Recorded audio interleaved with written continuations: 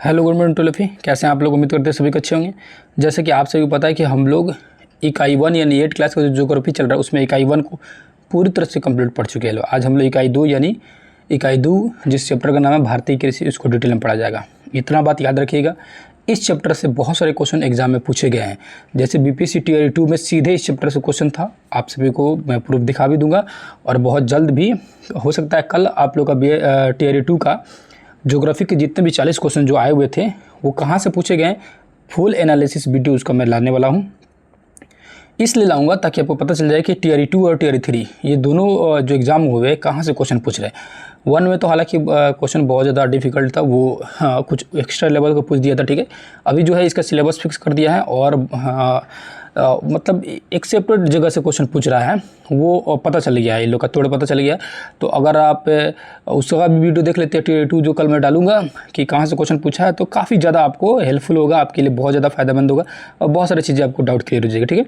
इस चैप्टर को मैं पढ़ाऊंगा और इस चैप्टर को बहुत डिटेल में समझाने की कोशिश करूँगा। लास्ट तक बने रहिएगा क्योंकि ये चैप्टर बहुत ज़्यादा इंपॉर्टेंट है ना, क्योंकि ये टियर 2 में इसमें से क्वेश्चन आया हुआ था। तो कन्फर्म है कि ये टियर जो री एग्जाम होने वाला है 3 वाला, इसमें आने की संभावना ज़्यादा बनती है, ठीक है। क्योंकि मैं ऑफलाइन में टियर 2 के समय ये बच्चों को बताया था, बहुत सारे बच्चे उसमें उसको देखे हुए थे तो क्वेश्चन बना के आए हुए थे। पहले मैं वीडियो ऑनलाइन नहीं डालता था, इसीलिए बहुत सारी चीज़ें नहीं बता पाता था। अब जो है हर एक चीज़ ऑनलाइन डाला जाएगा, फ्री में डाला जाएगा, हर चीज़ आपको मिलेगा यहाँ पर। अभी देखते रहिए, धीरे धीरे मैं भी इस चीज़ों के आदी हो जाऊँगा तो कंटिन्यू हर चीज़ करते रहूँगा, ठीक है। तो शुरू करते हैं इस चैप्टर को। इस चैप्टर का नाम है भारतीय कृषि। सबसे पहली बात है कि खेती, कृषि मतलब क्या होता है, जिसको हम लोग खेती बाड़ी कहते हैं लोग, या पशुपालन या कुछ भी। कृषि में एक नहीं, यही नहीं होता है कि सिर्फ खेती करना। याद रखना, कृषि के मतलब होता है पालना, या तो पेड़ पौधे का पालन पोषण कर रहे हो, या जीव जंतु का पालन पोषण कर रहे हो, या किसी भी चीज़ का पालन पोषण कर रहे हो, तो एक तरह से कृषि हो गया, एग्रीकल्चर के अंदर आ गया, ठीक है। अब इस वाले पैराग्राफ में कुछ नहीं पढ़ने वाला है, ठीक है ना। चाहे तो वीडियो को पॉज करके देख भी सकते हो, यहाँ से आओ, यहाँ समझने वाली चीज़ है। जहाँ लिखा है खेती, खेती जिसके कारण हम कृषि कहते हैं, ये एक प्राथमिक क्रिया है। हमारे देश में 60% जनसंख्या जो है कृषि कार्य में जीवित है ना। भूमि को जोत कर फसलें में सब्जी और फल उगाना, पशुओं का पालन करना, मत्स्य पालन करना इत्यादि क्या होती है, कृषि कार्य के अंतर्गत आती है। यहाँ दो हम लोग को चीज़ें जानने के लिए मिला, क्या क्या है। एक तो प्राथमिक खेती क्या है, प्राथमिक क्रिया। तो प्राथमिक क्रिया, द्वितीय क्रिया और तृतीय क्रिया, तीनों के बारे में एमसीक्यू क्वेश्चन जो पढ़ा रहा था उसमें बताया ही था, ठीक है। अभी जस्ट वाला जो वीडियो सुबह में शायद डाला था, ठीक है। तो प्राथमिक क्रिया ये तो आपको समझ आ गया। दूसरी बात क्या है कि दूसरी बात यहाँ लिखा है कि पशुपालन, मत्स्य पालन, ये सब कृषि कार्य के अंतर्गत आते हैं। याद रखना, ये स्टेटमेंट वाले क्वेश्चन जो होते हैं ना, वो सीधे सीधे यहीं से बनते हैं। जैसे मैग्रो वाला टियर 3 में कैसे पूछा था क्वेश्चन, वह लाइन बाय लाइन क्वेश्चन पूछ दिया था, और उसमें जब बता रहा था तो बहुत सारे बच्चों को बोर हो रहा था ऑफलाइन में, हालांकि ऑनलाइन उसमें नहीं बता, ठीक है। तो बता रहा था तो बहुत सारे बच्चों को दिक्कत लग रहा था, बोल रहा था क्या सर एक एक लाइन को बता रहे हैं, है ना, पूरे सेंटेंस को। तो सेंटेंस से क्वेश्चन सीधे सीधे आ जाते एग्जाम में, ठीक है। तो आप लोग इसको कंटिन्यू देखिएगा। कृषि कार्य प्राथमिक क्रिया है। दूसरा मछली पालन, जो भी किसी भी चीज़ का पालन करना खेती कहलाता है, ठीक है। समझ आ गया। खेती जो है विभिन्न चरणों में होती है, बहुत सारे मशीन इसमें यूज होते हैं। जुताई करना, निराई करना, कटाई करना, ये सब चरणबद्ध होता है। अभी इसमें निराई क्या होता है, जुताई बुआई तो मालूम है, कटाई भी मालूम है। निराई मतलब क्या होता है, पेड़ पौधा में बहुत सारे खरपतवार उग जाते हैं और उस खरपतवार को या तो हाथ से उखाड़ के निकालो, मशीन से निकालो, या कीटनाशक दवाई छीट दो तो खरपतवार क्या हो जाएगा, खत्म हो जाएगा। उसी को बोलते हैं निराई करना, ठीक है। आगे चलिए, आगे लिखा हुआ है कि इसके अंतर्गत मतलब खेती के अंतर्गत क्या होता है, अनाज वगैरह को उगाना, फल उगाना, डेयरी फार्म उत्पादन करना, मांस मछली वगैरह बेचना, ये सब मतलब उसका पालन पोषण करना, सब कृषि कार्य के अंतर्गत आता है, ठीक है। आगे आते आगे जानते, यहाँ से हो गया इंपॉर्टेंट, ये पूछा था टियर 2 में क्वेश्चन, यहाँ से है ना, एकदम आया हुआ था। नहीं विश्वास होगा कल वीडियो डालूंगा, आप खुद देख लेना, ठीक है। यहाँ देखो, कह रहा है कि विश्व में अनेक भागों में झूम खेती की जाती है और इसका विभिन्न देशों में अलग अलग नामों से जाना जाता है। अब भैया झूम खेती होता क्या है, झूम खेती क्या होता है ना, पहाड़ी क्षेत्रों में जो खेती होती है ना उसको झूम खेती कहते हैं। और भारत में, विदेश का तो बात छोड़ो, भारत में भी झूम खेती का अलग अलग नाम है। अरुणाचल प्रदेश में अलग नाम मिल जाएगा, असम वगैरह क्षेत्र में अलग नाम मिल जाएगा, है कि नहीं, है ना। उसके बाद से केरल में अलग नाम मिल जाएगा, उड़ीसा में अलग नाम मिल जाएगा। भारत में ही विभिन्न जगहों में इसका अलग अलग नाम है, जो अभी आएगा इसके बाद आगे आएगा। बस विश्व का पहले देखिए, वेनेजुएला में इसको कौन को बोलते हैं, मलेशिया में लदांग, मलेशिया और इंडोनेशिया, यहाँ इंडोनेशिया नहीं दिया है तो मलेशिया इंडोनेशिया दोनों जगह क्या बोलते हैं इसको, लदांग। मैक्सिको में मिल्पा और अमेरिका में भी मिल्पा बोलते हैं। ब्राज़ील में रोका, क्या बोलते हैं भैया, ब्राज़ील में रोका, ठीक है। और यही ये मैक्सिमो मिल्पा वाला अमेरिका वाला ही क्वेश्चन पूछा हुआ था, कहाँ से, टियर 2 में, ठीक है। आगे आइए, यहाँ देखिए लिखा हुआ क्या, स्थानांतरित कृषि। स्थानांतरित कृषि की पूरी यहाँ कहानी लिखा हुआ है, मैं बता देता हूँ शॉर्टकट में।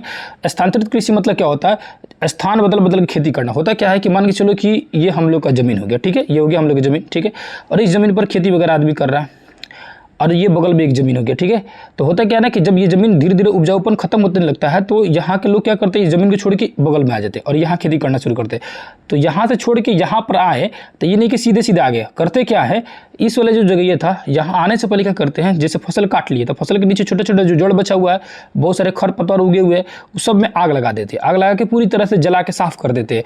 इसीलिए इसको बोलता है कर्तन और दहन कृषि। एगो तो कर्तन मतलब काट देना, उसको दहन मतलब जला देना सॉरी, कर्तन और दहन कृषि, ठीक है। उसी को बोला जाता है स्थानांतरित कृषि, मतलब स्थान बदल लिया, ठीक है। तो कर्तन दहन कृषि, स्थानांतरित कृषि एक ही बात हो गया, ठीक है। आगे आ जाइए, यहाँ लिखा हुआ अब स्थानांतरित कृषि जो है, स्थानांतरित कृषि को अलग अलग जगहों पर अलग अलग नामों से जाना जाता है। जैसे झूम कृषि को बोले, झूम कृषि मतलब ही स्थानांतरित कृषि, और स्थानांतरित कृषि का मतलब ही कर्तन दहन कृषि। देखो 3 गो नाम हो गए यहीं पे। अब इसका तो अलग अलग जगहों पर अलग अलग नाम था, जैसे विदेश में अलग अलग नाम था, मैक्सिको में मिल्पा, ब्राज़ील में रोका, लदांग, मलेशिया इंडोनेशिया का था, है कि नहीं है। तो अलग अलग जगहों पर इसका अलग नाम था, वेनेजुएला में कोनको। अब आइए भारत में जानते हैं, स्थानांतरित कृषि को अलग अलग नामों से जाना जाता है, जैसे कि असम और पूर्वोत्तर क्षेत्र में इसको झूम, आंध्र प्रदेश में पोडू, उड़ीसा में पामाडवी, केरल में कुमारी, राजस्थान में बालरे, हिमाचल क्षेत्र में खील। ये क्वेश्चन हिमाचल क्षेत्र में हमको लग रहा है कि इस बार आने की संभावना है, ठीक है, एक बार इसको देख लेना, ठीक है। हिमाचल क्षेत्र में खील, झारखंड में कुलेरू, इसमें से एक क्वेश्चन आएगा, लगा लो इसको VBI, ठीक है। ये क्वेश्चन एक इसमें से आएगा, है ना, आएगा। और इसको 10th क्लास में और थोड़ा डिटेल में दिया, उसमें जब 10th क्लास का पढ़ाऊंगा ना, तो उसमें भी बताऊँगा, कल या परसों से उसका वीडियो आना शुरू हो जाएगा, ठीक है। आप लोग बेधड़क उसको भी पढ़ सकते हैं, ठीक है। आगे आइए, इसको 2-3 बार थोड़ा देखना, जिसको नहीं याद होगा ना 2-3 बार इसको देखना है, क्योंकि याद करना बहुत जरूरी है। आगे आ जाइए, आगे जानने की कोशिश करते हैं। इस पूरे पैराग्राफ को पढ़ा जाएगा तो लास्ट में हमें क्या मिलेगा, मिलेगा हमें गहन कृषि। गहन कृषि भी कहते हैं। अब ये गहन कृषि मतलब क्या होता है, यहाँ देख सकते हैं लिखा हुआ है गहन कृषि। अब इसके बाद इसको क्या होता है, इसके बारे में समझने की कोशिश करते हैं, ठीक है। एक वर्ष में एक ही खेत में अनेक फसलें उगाई जाती है, इसे हम लोग कहते हैं गहन कृषि। माने गहन मतलब समझो कि घन, ढेर घना, मैंने ढेर फसल, एक ही वर्ष में एक ही खेत में अनेक फसलें उगाई जाती है, तो उसे क्या कहते हैं, उसे हम लोग कहते हैं गहन कृषि। क्या कहते हैं भैया, गहन कृषि कहते हैं, ठीक है। आगे आ जाइए, बिहार में इसी प्रकार की खेती होती है। पूछेगा बिहार में किस प्रकार की खेती होती है, तो गहन कृषि होती है, याद रखना, गहन कृषि यानी एक ही वर्ष में बहुत सारे फसलें यहाँ उगाए जाते हैं, ठीक है। आगे आ जाइए, आगे जानने की कोशिश करते हैं, है ना। पर्दे पर आम, लीची, कॉफ़ी का दृश्य दिखाई दे रहा था, अब ये सब कहानी दिखा रहा है। आधुनिक कृषि उपकरणों और बड़े पूंजी निवेश जब बड़े पैमाने पर फसल का उत्पादन करते हैं, जिसकी बिक्री के लिए बड़े बाजार के उपलब्ध करता है, इस प्रकार की कृषि वाणिज्यिक कृषि कहलाता है। अब ये वाणिज्यिक कृषि जो वर्ड दिया है, इसका मतलब क्या हुआ, यानी फसल इतना ज़्यादा आप उगा रहे हैं कि आप खा भी ले रहे हैं और उसको बिजनेस मतलब बाजार में बेच भी दे रहे हैं, उस वैसे खेती कर रहे हैं, तो आप कहलाइएगा वाणिज्यिक कृषि। और एक ऐसा खेती होता है जो उगा रहे हैं बस अपने खाने भर के लिए, तो उसको बोलते हैं जीवन निर्वाह कृषि, ठीक है। तो वाणिज्यिक कृषि मतलब बड़े स्तर पर खेती करना, सिंपल। आगे जाइए, अब यहाँ लिखा है भारत में ऋतुओं के अनुसार यानी मौसम के अनुसार फसलें रोपी और काटी जाती है। यहाँ मुख्य रूप से 3 फसल ऋतुएं हैं, है ना, खरीफ, रबी और जायद। 3 प्रकार की फसल होती है। अब ये खरीफ, याद रखना, ख से खरीफ और ख से खिचड़ी। खिचड़ी किसका बनता है, धान का, चावल का, मतलब यानी तो खरीफ कौन सी फसल हो जाएगी, धान, ओकरा संग हो जाएगा मकई, उसके बाद जूट, मूंगफली। हालांकि मकई जो होता है वो खरीफ और रबी दोनों में आ जाता है, ठीक है।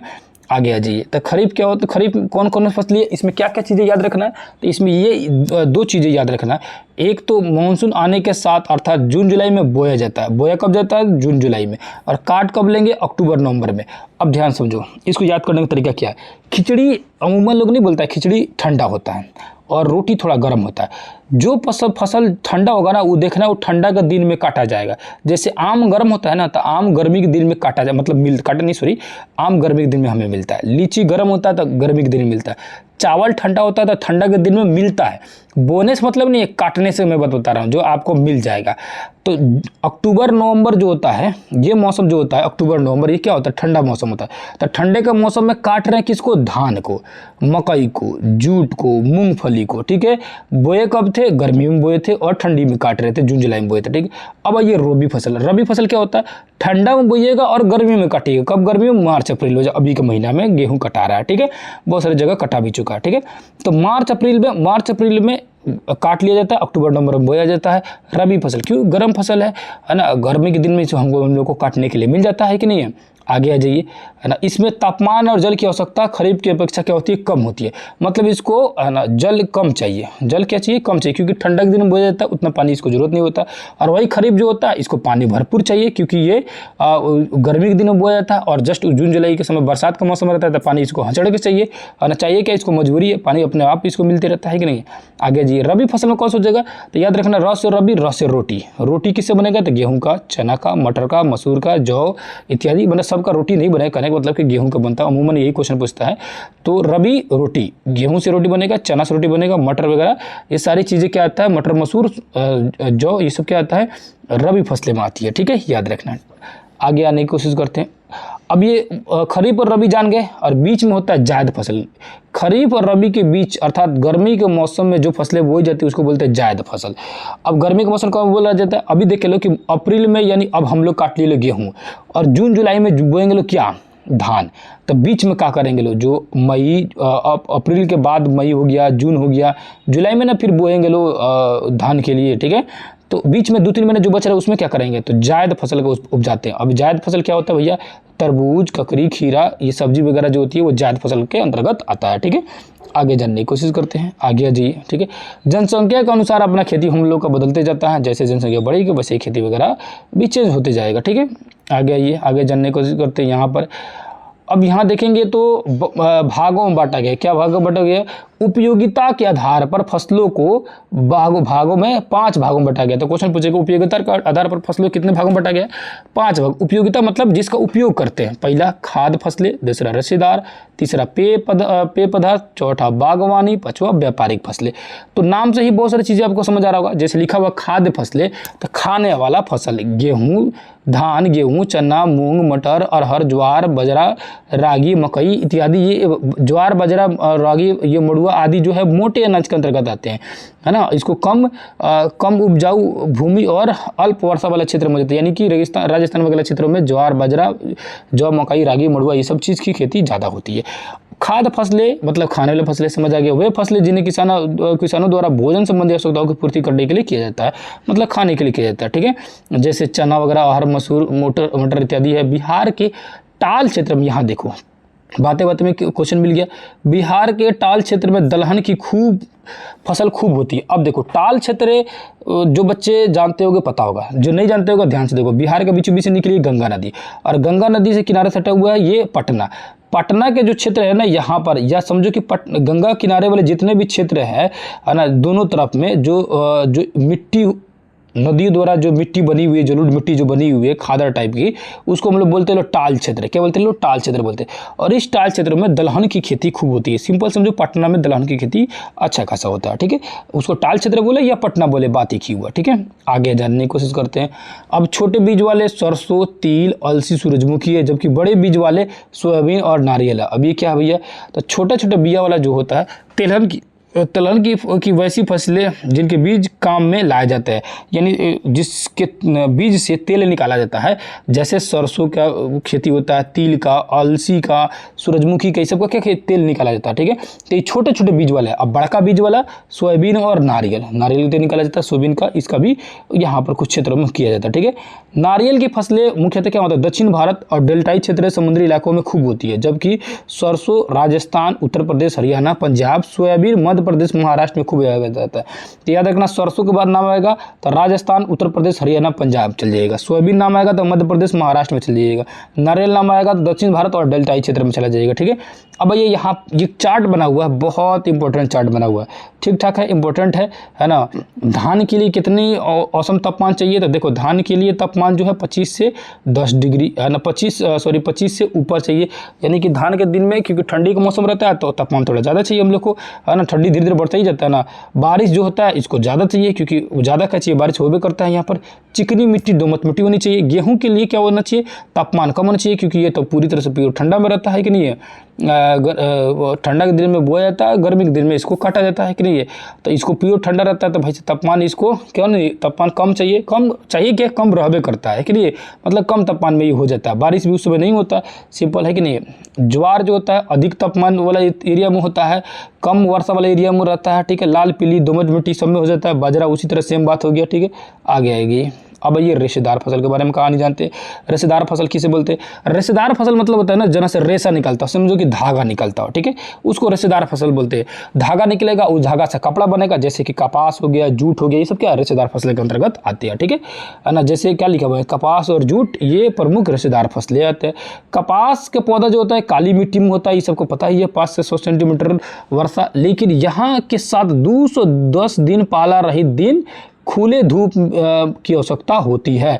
यानी कि जहाँ कपास की खेती हो रही है, एक तो 210 दिन यानी 210 डेज जो है वो पाला रहित दिन होना चाहिए, यानी ठंडा वाला दिन होना चाहिए। पाला रहित मतलब पाला नहीं पड़ना चाहिए, पाला रहित मतलब ठंडा नहीं, पाला रहित यानी पाला नहीं पड़ना चाहिए। और धूप खूब मिलना चाहिए उसको, बराबर खुला धूप की आवश्यकता होती है, यानी कि छाँव में फसल नहीं हो पाता है। ठीक है, तो पाला रहित दिन यानी कि ठंडा नहीं पड़ना चाहिए 210 दिन, उसके अलावा पड़ सकते कोई दिक्कत नहीं, कम से कम 210 दिन तक वहाँ पाला नहीं पड़ना चाहिए जहाँ कपास की फसल हो रही है। और धूप प्रचुर मात्रा मिलती है, कहाँ होती है, गुजरात में, महाराष्ट्र में, मध्य प्रदेश, तमिलनाडु, राजस्थान आदि राज्यों में इसकी खेती की जाती है। बिहार में कपास की खेती नहीं होती है, बिहार में कपास की खेती नहीं होती है, लेकिन जूट की फसल खूब उगाई जाती है। जूट की फसल बिहार में जो होता है ना, बिहार के है ना इस साइड में आएंगे, यानी पश्चिमी साइड में जब आएंगे, इस वाले एरिया में जहाँ किशनगंज, पूर्णिया, कटिहार, सहरसा आदि वाले एरिया में देख सकते हैं, यहाँ लिखा होगा बिहार किशनगंज, पूर्णिया, अररिया, दरभंगा, सहरसा में खूब उपजाई जाती है। क्या, तो याद रखिएगा जूट उपजाई जाती है। क्या भैया, जूट को कहा जाता है सुनहरा रेशा, गोल्डन है ना फाइबर बोला जाता है, सुनहरा रेशा बोला जाता है। ठीक है, जूट के लिए 25 से 35 डिग्री सेल्सियस तापमान चाहिए, बारिश खूब चाहिए, क्योंकि जहाँ ज़्यादा बारिश होता है वहीं पर ही जूट की फसल होती है। जूट की फसल कहाँ होता है, पश्चिम बंगाल में खूब होता है, उड़ीसा में, आसाम में खूब उगाया जाता है। ठीक है, क्योंकि वहाँ उस एरिया में बारिश ज़्यादा होती है। ठीक है, आगे आइए। उन्होंने पास में पड़े झोले को उठाकर दिखाया और जूट की दीवारों पर छूने के लिए ना जो पुताई की जाती है वो भी जूट की बनी होती है। मतलब जो मिस्त्री लोग ऐसे दीवार पर नहीं ऐसे चूना पोतने के लिए बना कर रखता है मुड़ई टाइप का, वो सब जूट का ही बना रहा था। ठीक है, आगे आ जाइए। यहाँ लिखा है भारत और बांग्लादेश इसके उत्पादन में अग्रणी है, यानी भारत और बांग्लादेश जूट उत्पादन में 1 नंबर में। देखो बांग्लादेश 1 नंबर में, भारत 2 नंबर में, है ना, भारत 2 नंबर में, दोनों में कंपटीशन रहता है, दोनों लगभग बराबर है। अब आ जाइए पेय फसल है। पेय फसल के बारे में जानने की कोशिश करते हैं। पेय मतलब पीने वाला फसल, मतलब जिस फसल से हम लोग का उपयोग पीने के लिए, जैसे कि चाय का, कॉफ़ी का, ये सब पेय फसल के अंतर्गत आते हैं। ठीक है, अब यहाँ चीज़ देखिएगा तो लिखा हुआ है असम, है ना, पश्चिम बंगाल, मेघालय, त्रिपुरा, तमिलनाडु, केरल, हिमाचल प्रदेश में चाय की फसलें होती है। बिहार में किशनगंज में, देखो बिहार में कहाँ होती है, बिहार किशनगंज में, पूर्णिया में चाय की फसलें होती है। भारत विश्व में चाय में अग्रणीय निर्यातक देश है, तो ना निर्यात मतलब बेचने वाला। ठीक है, पूरी दुनिया में चाय बेचने में भारत 1 नंबर में है। ठीक है, दूसरा पे फसल कौन सा है, कॉफ़ी है। देखो हालांकि यहाँ लिखा है 1 नंबर है, लेकिन एक बात को छोड़ दिया है, 10 क्लास में जो पढ़ाऊंगा तो उसमें बताऊंगा कि देखो चाय का उत्पादन भले भारत बहुत सबसे ज़्यादा करता है, लेकिन घोंट भी जाता है, मतलब पी भी जाता है। ठीक है, निगल लेता है, डकार मार लेता है। भारत में ऐसे भी देखिएगा तो किसी घर जाइएगा तो चाय से ही शुरुआत होता है और चाय से ही अंत होता है। ठीक है ना, तो याद रखिएगा भारत में चाय का उत्पादन बड़े स्तर पे होता है और खपत भी भारत के लोग ही कर लेते हैं। ठीक है, निर्यात भी होता है, बेचते हैं भी हम लोग चाय बहुत बड़े स्तर पर, लेकिन उससे ज़्यादा हम लोग पी जाते हैं। ठीक है, अब ये दूसरा पेयजल कौन सा है, कॉफ़ी है। ठीक है भैया, कॉफ़ी भारत में मथुर कॉफ़ी कहा जाता है। कॉफ़ी को भारत में मधुर कॉफ़ी कहा जाता है। यह कर्नाटक, तमिलनाडु केरल में पैदा किया जाता है। कहाँ का भैया? तो कर्नाटक में, तमिलनाडु में और केरल में। ये दक्षिण भारत का जो एरिया जो है ये हो गया केरल, तमिलनाडु और ऊपर में कर्नाटक। इस एरिया में क्या पाया जाता है? कॉफ़ी पाया जाता है। ठीक है, भारत में कॉफ़ी की अपनी गुणवत्ता के कारण काफ़ी लोकप्रिय है। हमारे भारत में ठीक ठाक कॉफ़ी पाया जाता है। यहाँ एक वर्ड लिखा है, चाय और कॉफ़ी बनने वाली कंपनियों के नाम बताइए। चाय के बहुत सारे नाम है यार, टाटा टी, क्या क्या नाम, दुनिया भर के चाय का नाम है। थोड़ा उतना दिमाग देगा लगाया जाएगा तो ढेर सारा चाय मिल जाएगा, चाय पत्ती। टाटा टी है, गोल्ड चाय है कि नहीं? ग्रीन टी है।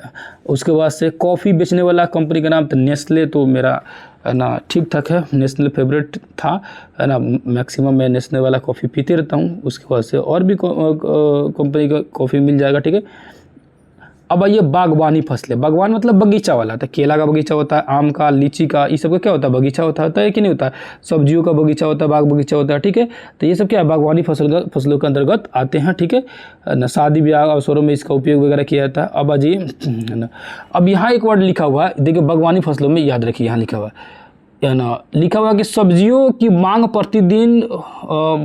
प्रतिदिन होती है, इसलिए साग सब्जियों की खेती को ट्रक फार्मिंग कहा जाता है। मतलब ये हमेशा ट्रके जाने वाला फसल है।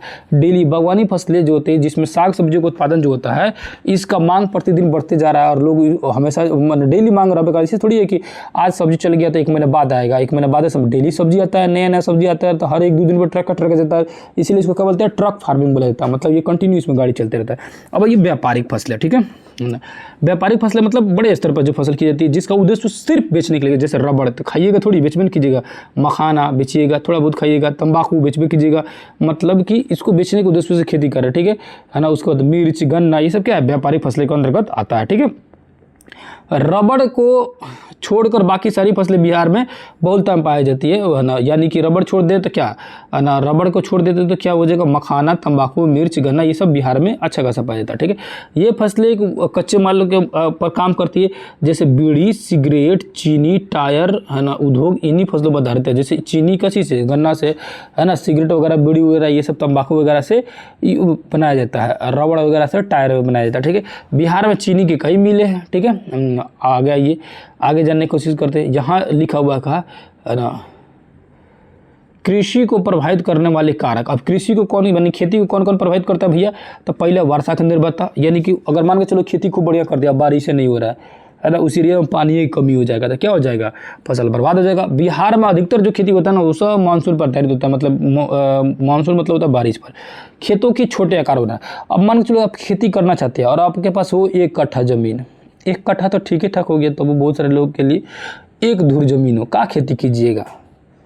कौन काम लायक होगा? 1 गुरु में इतना बड़ा जमीन है, उसमें कौन सी खेती कीजिएगा? मुरई, अचार उचार, मरचा उचार रोप दीजिएगा 10 ज़्यादा, और कैसे कीजिएगा? है कि नहीं है? तो खेतों का आकार छोटा होना आपके लिए खेती का सबसे बड़ा समस्या हो सकता है।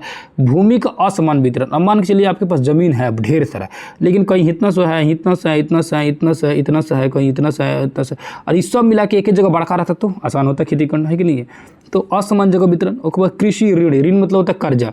अब जनबे करता है देश के हालात भाई साहब, इसमें तो कुछ कमेंट करने वाला जरूरत नहीं है कि नहीं है? आप बड़े बड़े उद्योगपतियों का जो होता है कर्जा माफ़ हो जाता है, लेकिन किसानों का कर्जा माफ़ नहीं होता है। ठीक है, ऊंची दर पर ब्याज मिलता है, सूद मतलब रहता है, सही सब भयानक। बिचौलिया जो रहता है सब, जिसको दलाल कहते हैं, बिचौलिया नहीं लिखना चाहिए, दलाल खा जाता है सब, चाहे उस सरकार के बीच सिस्टम में बैठा दलाल हो, है ना, या अदर दलाल हो, सब दलाले हैं सब, है ना। उसके बाद ये कृषि विपणन। अब अच्छे बाजार की व्यवस्था के आधार में किसान जो होता है क्या करता है ना, अपने जैसे मान चलो खेती बाड़ी कर लिया, अनाज भी उगा दिया बढ़िया से, लेकिन उसको मार्केट ढंग का नहीं मिल रहा, और मार्केट मिल रहा है तो उसको सुविधा नहीं है, तो क्या करता है बेचारा? बीच में बिचौलिए से बेच देता है। बिचौलिए से क्या करता है? व्यापार क्या करता है? खेत बेच देता है, फसल बेच देता है। ठीक है, सस्ते दामों में बेच देता है। जैसे अमूमन लोग क्या करते हैं, गेहूँ खेत अपने गांव में बेच देता है, उसको क्या बोलते हैं, डीलर से बेच देता है लोग, है ना। और वो क्या करता है, सब लेके इकट्ठा करके फिर वो जाके FCI गोदाम में चाहे जहाँ तहाँ अपना मार्केट में बेचते रहता है लोग। ठीक है, समझा क्या ना? तो उसी कृषि विपणन मतलब खेती हुआ लेकिन कोई फायदा नहीं हुआ, मूल्य उसका उचित दाम नहीं मिल पाया। आगे जानिए परंपरागत कृषि। और परंपरागत कृषि तो परंपरागत मतलब होता है पुराना जमाना से खेती करते हैं। मतलब मान लीजिए पुराना जमाना के लोग बैलगाड़ी से खेती करता था, खुरपी से कोड़ता था, अब वो ही कर रहे हैं खेती। ये थोड़ी हुआ खुरपी कुदाल हाबी जाबी से, नया टेक्नोलॉजी आ गया, नया टेक्नोलॉजी का यूज कीजिए, खेती कीजिए। तो पुराना जमाना के हिसाब से खेती कीजिएगा तो उसको बोला जाता है परंपरागत कृषि। ठीक है भैया, आगे आते हैं, आगे जानते हैं। ठीक है, अब समझिए कि यहाँ लिखा है बिहार प्रांत कृषि मानसून पर आधारित है। बिहार का पूरे भारत में मानसून पर आधारित है, याद रखना। मानसून मतलब होता है बारिश पर। ठीक है, आ जाइए। अब यहाँ लिखा है परंपरागत कृषि, जो कि ऊपर समझा ही दिए, इसमें समझना क्या है। कृषि जीवन निर्वाह के लिए खेती करना, ये बता दिए हैं, है ना, कि इतना खेती करना कि खाली हम अपने जी पा रहे हैं तो उसको कृषि निर्वाह कृषि कहते हैं। ये है कुछ फसल के उपकरण, है ना। आगे आ जीते, आगे जानने की कोशिश करते हैं। लगभग समाप्त होने के कारण पहुँच ही गए। अब ये यहाँ की कृषि संस्कृति को प्रभावित करने वाली है। संस्कृति को प्रभावित करने मतलब क्या है, मतलब कि खेती जो होता है ना, हम लोग के कल्चर से जुड़ी हुई रहती है। बड़ी लोग मन से चाव से खेती करते हैं। ठीक है, क्योंकि यहाँ पर एक्चुअली में कुछ दूसरा कोई काम तो होता नहीं है, मोस्टली लोग खेती में जुड़े रहते हैं। तो यहाँ पर बहुत सारी खेती से संबंधित आपको कहावतें सुनने के लिए मिल जाएगा। आगे आ जाइए, यहाँ समझ देखने की कोशिश कीजिए। यहाँ एक चीज़ लिखा हुआ 1960 के दशक में कृषि के क्षेत्र में, है ना, क्या हुआ, व्यापक बदलाव आए। इन्हीं बदलाव के कारण इसे हरित क्रांति के नाम से नाम दिया जाता है। याद रखना, क्वेश्चन पूछेगा हरित क्रांति के जनक कौन थे, तो ऐसे स्वामीनाथन भारत के। ठीक है ना। 1960 ईस्वी में एक क्रांति आया जिसे हरित क्रांति के नाम से कहा जाता, और ये हरित क्रांति से ज़्यादातर फायदा 2 राज्यों को हुआ, पंजाब और हरियाणा को हुआ। ठीक है, आगे जी। उसके बाद अच्छी किस्म के बीज वगैरह उत्पादन होने लगा, कीटनाशकों का उपयोग होने लगा, जिससे कि, है ना, पैदावार बहुत ज़्यादा बढ़ा। ठीक है ना। अब जी, एक ही फसल के साथ दूसरी फसलों को लगाना अंतर कृषि कहलाता है। क्या कहलाता है भैया, अंतर कृषि कहलाता है। यानी एक ही फसल के साथ क्या करते हैं, दूसरे फसल को लगा दिए। जैसे क्या होता है ना कि आप कोई फसल बीच बीच में दूसरे फसल लगा दी। ठीक है, फिर यहाँ फसल बचे, फिर बीच बीच में दूसरे फसल लगा दी, फिर यहाँ लगा दी, फिर बीच बीच में दूसरे फसल लगा दी, तो उसको क्या बोलेंगे, अंतर कृषि बोलते हैं। क्या भैया बोलते हैं, तो एक ही फसल के साथ दूसरे फसल को उगाना क्या कहलाता है, अंतर कृषि कहलाता है। याद रखना। अब इसमें स्टेटमेंट वाला क्वेश्चन दे देता है, बहुत सारे बच्चों का कन्फ्यूजन हो जाता है, होता है कि नहीं होता है।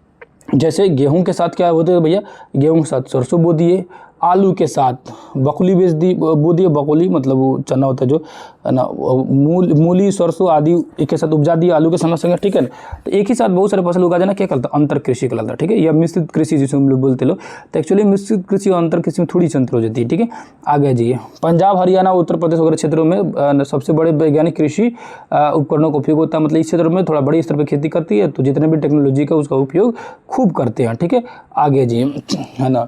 उसके बाद से यहाँ किसान खेतों की जुताई, फसल के धुलाई के लिए ट्रैक्टरों का प्रयोग करते हैं। फसल कटाई के लिए मशीनों का उपयोग होने लगा है। सिंचाई के लिए डैम बनाकर नहरों में जाल बिछाया जाता है। मानसून पर निर्भरता कम होगी। राजस्थान जैसे प्रदेशों में इंदिरा गांधी नहर बनाकर धान की फसल उगाई जाने लगी। देखो, राजस्थान में इंदिरा गांधी नहर है जो कि सतलज नदी में से निकल कर आती है, याद रखिएगा।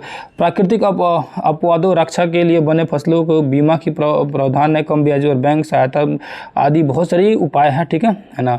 बहुत सारे उपायों के बाद क्या होता है कि उसके बाद यहाँ देखेंगे सहकारी समितियाँ, पैक्स गठन, किसान क्रेडिट कार्ड आदि सुविधाएं मुहैया उपलब्ध कराती है। यहाँ ये कहाँ लिखा है, श्री विधि तकनीक। ये क्या होता है, देखो होता क्या है, जैसे मान के चलो कि बिया रखे हो खेती करने के लिए। अब बिया को जांच करना है कि खराब है कि अच्छा है, तो क्या कीजिए, एक ऐसे कचौड़ा ले लीजिए। ठीक है, क्या कर लेंगे, आप एक कचौड़ा ले लेंगे, है ना, एक छोटी सी बर्तन को ले लेंगे। ठीक है, और उस बर्तन में क्या करेंगे, है ना, उस बर्तन के अंदर क्या करेंगे, पानी पूरी तरह से भर देंगे। और पानी भरने के बाद क्या करेंगे, उसमें बिया को डाल देंगे। जो बीज पानी के नीचे बैठ गया उसमें जो बीज अच्छा है, और जो बीज पानी में ऊपर तैरने लगा उसमें जाओ कि खराब है, क्योंकि खोखला हो गया है, हल्का हो गया, इसीलिए वो ऊपर उठ गया। इसी को, है ना, क्या बोलते हैं लोग कि, है ना, श्री विधि तकनीक बोला जाता है। ठीक है, बीजों के चयन करने की विधि होती है। ठीक है, इसमें बीज को चयन करके अच्छे बीज के द्वारा फसलों को उगाया जाता है। ठीक है, आ गया जी, है ना। इसी श्री विधि तकनीक के बाद क्या होने लगा कि बेहतर उत्पादन बढ़ने लगा और किसान श्री पुरस्कार भी दिए जाने लगा लोगों को। और ये जैविक खाद, यहाँ लिखा है एक वर्ड, जैविक खाद। जैविक खाद मतलब होता है ना जीव का खाद, जीव द्वारा बना खाद, जैसे गोबर, मलमूत्र, चाहे वो इंसान हो, जीव जंतु हो, कोई हो, उसके मूल मूत्रों से बने हुए सड़े गले पदार्थ जो कि खेतों में जब डाला जाता है ना, तो उससे उपजाऊपन ज़्यादा बढ़ जाती है, उससे बोलते हैं हम जैविक खाद। जैसे गाँव में नहीं देखता लोग, गोबर रखता है लोग, फिर ऊपर मिट्टी, फिर गोबर, फिर मिट्टी, बाद में सड़ गल के वो क्या बनता है, खादर बन जाता है, उसी की जैविक खाद बोला जाता है। ठीक है, अब आइए यहाँ पर लिखा है कि मिट्टी की उर्वरता को जांच आवश्यकता अनुसार उपाय किए जा सके। आत्मा एवं है ना ATM एवं बामेती जैसी संस्थाएं कृषि क्षेत्र में किसानों की मददगार एजेंसियां रही है। क्वेश्चन पूछेगा निम्न में कौन सी एजेंसियां कृषि के लिए मजदूरी के लिए मददगार रही है, तो आत्मा और बामेत। ठीक है, आगे जी जैविक खाद बनाने में केचुआ पालन प्रशिक्षण किसानों द्वारा किया जा रहा है। देखो जैविक खाद केचुआ द्वारा बहुत ज़्यादा होती है। ठीक है, जैविक खाद का उत्पादन क्योंकि केचुआ एक तरह से किसान का मित्र होता है। ठीक है, आगे आ जाइए, यहाँ लिखा हुआ असम प्रदेश में चाय सर्वाधिक होती है। दक्षिण चीन में भी चाय बड़े बड़े बागान है, लेकिन दार्जिलिंग के चाय के हैम्पी घाटी की चाय विश्व में सर्वाधिक मांग है। क्वेश्चन पूछेगा सबसे प्रसिद्ध चाय कहाँ की है, तो दार्जिलिंग की हैम्पी घाटी की। हैप्पी घाटी के लोग पी के हैप्पी हो जाता है। ठीक है, जहाँ की दार्जिलिंग के सबसे सर्वाधिक फेमस चाय है। लेकिन चाय ज़्यादा कहाँ होता है, तो आसाम में होता है। चाय ज़्यादा होता है आसाम में, फेमस चाय दार्जिलिंग का। ठीक है, दोनों में अंतर है आप लोगों को। ठीक है, आगे आ जाइए। चाय बागानों में काम करने के लिए अधिकांश स्थानीय कछारी लोग होते हैं। ठीक है, तो चाय बागान में काम कर रहे लोगों को क्या बोलते हैं भैया, तो कछारी लोग बोलते हैं। याद रखना कछारी लोग। तो चाय बागानों में काम कर रहे लोगों को कछारी लोग कहा जाता है। चाय के उत्पादन के लिए कितना डिग्री तापमान चाहिए, तो 25 से 30 डिग्री और 150 से भी कम 150 से भी अधिक वर्षा होनी चाहिए, यानी वर्षा ढेर होना चाहिए। 150 से भी अधिक वर्षा होगा है ना 150 सेंटीमीटर से, तब जाकर वहाँ पर चाय की फसलें होगी। तो अच्छा खासा बारिश की जरूरत होती है। आगे आ जाइए। अब ये लास्ट चैप्टर करीब पहुंच गए हम लोग, लास्ट पेज का मतलब चैप्टर तो अभी है बाकी है ना। आगे आइए, यहाँ लिखा है कि असम घाटी में व्यापारिक स्तर पर चाय उत्पादन संगठित रूप से शुरू करने का श्रेय रॉबर्ट ब्रूज को जाता है, जिसने सर्वप्रथम 1823 ईस्वी में यहाँ उत्पादित चाय को ब्रिटेन से बाजारों में पहुँचाने के लिए महत्वपूर्ण भूमिका अदा किया। ठीक है, तो सबसे पहले चाय के बारे में असम में जानकारी प्राप्त करके वहाँ से चाय को बिजनेस के रूप में बढ़ाने के लिए कौन शुरू किया था, तो रॉबर्ट ब्रूज ने किया था। ठीक है, कब 1823 ईस्वी में। इंपॉर्टेंट क्वेश्चन है, इतिहास से क्वेश्चन चल जाता है। ठीक है, आगे आ जाइए। ब्रिटेन से आने वाली मांग के कारण चाय उत्पादन तेजी से विकास हो रही है। आज यहाँ लगभग 6,80,400 किलोग्राम चाय का उत्पादन प्रतिवर्ष होता है। आगे आ जाइए। उत्तर पश्चिम भारत का खाद्यान्न उत्पादन प्रदेश पंजाब, यानी कि सबसे ज़्यादा खाद्य पदार्थों का उत्पादन कौन करता है, पंजाब करता है। ठीक है, पंजाब भारत में अग्रणी कृषि उत्पादक राज्य प्रदेश है। ठीक है, हरित क्रांति का वास्तविक असर यही देखने के लिए मिला था। मैं बोला ही शुरू में ही, हरित क्रांति के अंतर्गत बीजों का अच्छी तरह से चयन करना, सिंचाई की सुविधा, आधुनिक उपकरण आदि बहुत सारे कार्य जो है इसके पंजाब में होता है, जिसके कारण पंजाब को गेहूँ का कटोरा कहा जाता है, क्योंकि गेहूँ का उत्पादन खूब होता है। आज देश का 20 से अधिक के गेहूँ उत्पादन पंजाब में होता है। सिंचाई की बढ़ती सुविधा के कारण यहाँ देश के अन्य भागों की अपेक्षा वर्ष में अधिक फसलें का उत्पादन होता है। ठीक है, आगे जी आगे जानने की कोशिश करते हैं। आगे देखते हैं। पंजाब में भारतीय कृषि में पंजाब अग्रणी स्थान है। इसके बावजूद भी भारत को खाद्यान्न जैसी समस्याओं का सामना करना पड़ता है, सामना करना पड़ता है। आगे आ जाइए। यहाँ लिखा हुआ है कि मुख्य समस्या क्या है भैया, तो पंजाब में कृषि योग्य भूमि की उर्वरता तेजी से घट रही है, क्योंकि खेती इतना ज़बरदस्त ज़्यादा से ज़्यादा मात्रा में कर रही है क्योंकि उर्वरता शक्ति खत्म हो रही है। अत्यधिक सिंचाई के कारण खेतों में जल जमाव की समस्या होती जा रही है। रासायनिक खाद का उपयोग करने से मिट्टी बर्बाद हो रही है। न कृषि उपकरणों उन्नत बीजों का उपयोग न करने से कृषि में कमी हो रही है। बंटवारे के कारण खेतों का आकार छोटा हो जाता है। ये सब क्या समस्या है। ठीक है, अब ये सही विकल्प का चुने। कृषि कार्य में शामिल है। कृषि कार्य में क्या क्या शामिल है भैया, तो भूमि जोतना, मछली पालन, उपयुक्त सभी हो जाए कृषि कार्य में शामिल। ठीक है, अगला क्वेश्चन है क्या, भूमि पर जनसंख्या के अत्यधिक दबाव वाले क्षेत्रों को कौन सी खेती कहा जाता है, तो गहन कृषि कहा जाता है। ठीक है, आगे जाइए। इनमें से कौन सा समूह रबी की फसलें संबंधित है, गेहूँ और मटर रबी वाला होता है। ठीक है, आगे जी जूट की फसल प्रमुखता होती है। जूट की फसल होती है प्रमुखता कहाँ, किशनगंज और पूर्णिया में। अभी जस्ट देख लो, किशनगंज और पूर्णिया में। बिस्कुमान उपलब्ध कराती है, अच्छी किस्म के खाद बीज वगैरह उपलब्ध कराती है। अगला क्वेश्चन खाली जगह देखेंगे। स्थानांतरित कृषि को दहन और कर्तन कृषि कहा जाता है। उत्तर बिहार में डैश ईख और तंबाकू की खेती वन्यजीवी कृषि है। जायद फसल का उदाहरण खीरा है। ठीक है, तरबूज है, काकरी है, लालमी है, दुनिया भर के। किसान क्रेडिट कार्ड किसानों को क्या करती है, वित्तीय सुविधा उपलब्ध करती है, यानी पैसा वाली सुविधा उपलब्ध करती है। जैविक खादों से भूमि की उर्वरता शक्ति बढ़ती है। ठीक है, याद रखना, जैविक खादों से उर्वरक शक्ति बढ़ेगी भूमि की। तो ये रहा हम लोग का चैप्टर, बहुत ही तगड़ा चैप्टर, इतना डिटेल में समझाया। ठीक है, इसमें से क्वेश्चन हमेशा बनता है और एग्जाम में आया हुआ क्वेश्चन है। नहीं आपको यकीन होगा तो इस वीडियो को और टियर 2 का कल जो मैं एनालिसिस करके लाऊंगा, उस दोनों का मिलाकर देख लीजिएगा। तो उम्मीद कर रहा हूँ कि वीडियो आपके लिए हेल्पफुल लगा होगा। तो प्लीज़ कमेंट करके जरूर बता सकते हैं। फिर किसी दूसरे क्लास में मिलेंगे, तब तक के लिए धन्यवाद, नमस्कार, अस्सलाम वालेकुम, जय हिंद, जय भारत।